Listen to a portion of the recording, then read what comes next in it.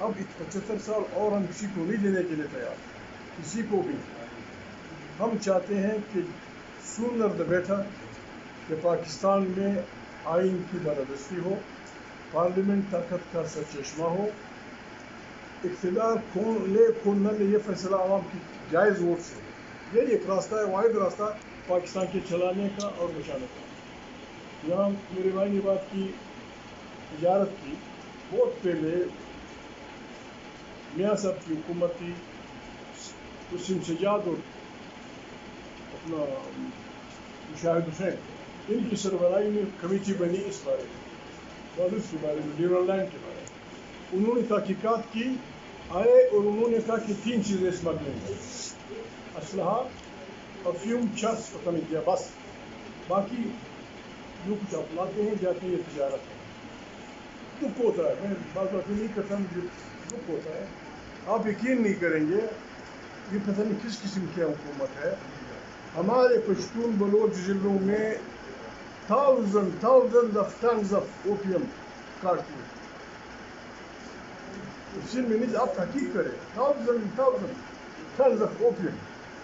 ایک tube well سے 2 لاکھ روپے لیے گئے کہ بس بسم اللہ کریں، جو کچھ بونا ہے بولیں، یہ ان کا حصہ. اب یہ آگے میں نہیں جاتا. اور قبائلی علاقوں میں، غریب علاقوں میں ٹیکس کے جو بغیر ٹیکس کی گاڑیاں آئی ہیں ان کو پکڑ رہے ہیں. اس میں وہ بچے اسکول لے جاتے ہیں، پھر گزارا کرتے ہیں، اپنے وہ اس کو مان رہے ہیں، وہ اس پہ قبضہ ہو رہا ہے. یہ بربادی کا راستہ ہے. لوگ افغانستان واحد ملک ہے، یہ سب بھی جانتے ہیں، یہ بھی جہاں پاکستان کی تجارت کا ہاتھ اوپر، لاکھوں نہیں کروڑوں ڈالر سالانہ آپ کی تجارت ہے. چھوڑ لوگ کیا کرتے ہیں، غریب لوگ آپ سے کچھ نہیں مانتے. خود جا کے ایک بچہ جاتا ہے وہاں سے 2 کلو فلانا چیز لے جاتا ہے، یہاں سے جاتا ہے یہ گھر 500 روپے لے. ان حالات میں ہمارے اس کے لیے ہم سب قبائلی آئے ہیں، انہوں نے جرگہ بنا کے بچا دیا. جرگہ ہے پریسرٹ کے سامنے، مسعود وزیروں کا جرگہ، اسی لیے آئے ہیں. ان کے گھروں کو کبھی ایسا نہیں دیکھا. یعنی انٹرپلیس پرسن 4%، 5% فار ایگزامپل مسعود لوگوں کے لوگ ٹیررسٹ ہیں.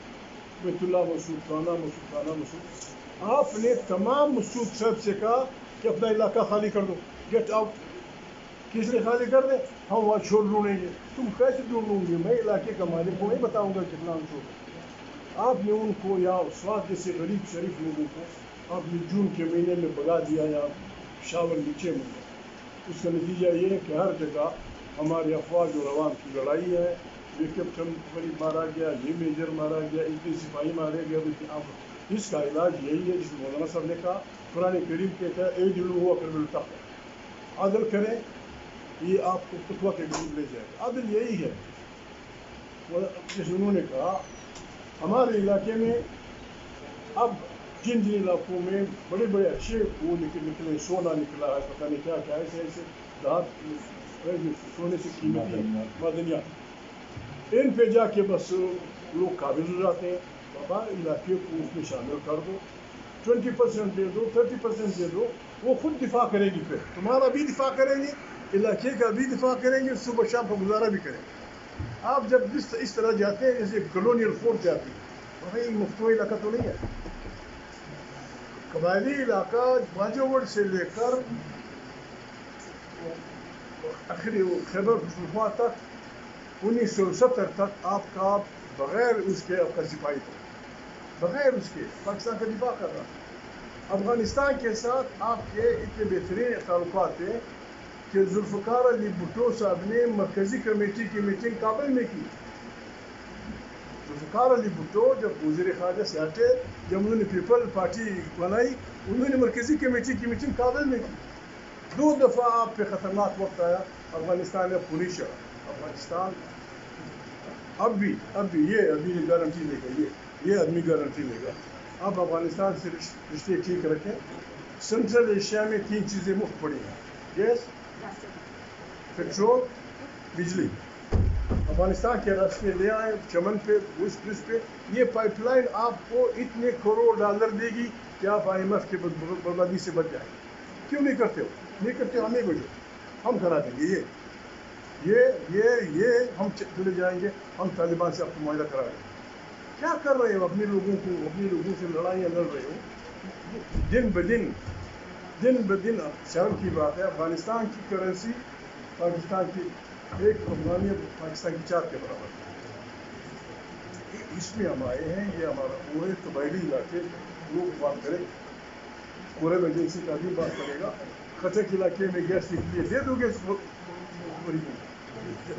آئین کہتا ہے کہ اگر کسی جگہ ویل ہو جائے تو 5 کلومیٹر کے علاقے میں ان کا حق ہے. آپ نہیں دے رہے, نتیجے میں نفرتیں بڑھیں گی, قدورتیں بڑھیں گی, ایک دوسرے سے آپ لڑیں گے. نتیجہ یہی ہوگا کہ ہر جگہ ہمارے بچے مارے جائیں گے, فوجی مارے جائیں گے, اور ہم کہیں گے سب کچھ ٹھیک نہیں ہے. ہم کسی فوجی کو, کسی جج کو, کسی سیاسی آدمی کو پاکستان کے مستقبل سے قتل کے لیں گے. پاکستان ہم سب کا ہے, اور یہ تب تک ٹھیک نہیں چل سکتا جب تک یہ آئین کی بالادستی نہیں ہوگی. بھلے ہم سے یہ لے لو کہ بھائی تم لوگ خراب کو, میں تو لکھ کے دینے کے لیے تیار ہوں, اس کو بھی ریکویسٹ کر دوں گا. مولانا کو بھی ہم نہیں لڑیں گے, ہم نہیں آئیں گے تمہاری پارلیمنٹ میں, لیکن پارلیمنٹ کو طاقت کا سکنا بنا. Trust your people. کیا بڑا ہے لوگوں کو؟ ایک طرف آپ ایک آدمی کی وفاداریاں خریدتے ہیں 70 کروڑ روپے, دوسری طرف پنجاب میں, پشاور میں, ملاکنڈ میں یہ غریب دیہڑی دار مزدور کی مزدوری 900 روپے. کیسے چلے گئے ملک؟ 900 روپے وہ بھی روزانہ نہیں ملتی. اور اب میری وفاداریاں کرنے کے لیے 45 اور 46 70 کروڑ 60 کروڑ 50 کروڑ. یار یہ پیسہ پاکستانی عوام کا ہے, جس کے ساتھ مفید جو بھی کھیلتا ہے وہ پاکستان کے مستقبل سے کھیلتا ہے, اور یہ عیاشی ہم کسی کو کرنے نہیں دیں. بسم اللہ الرحمن الرحیم.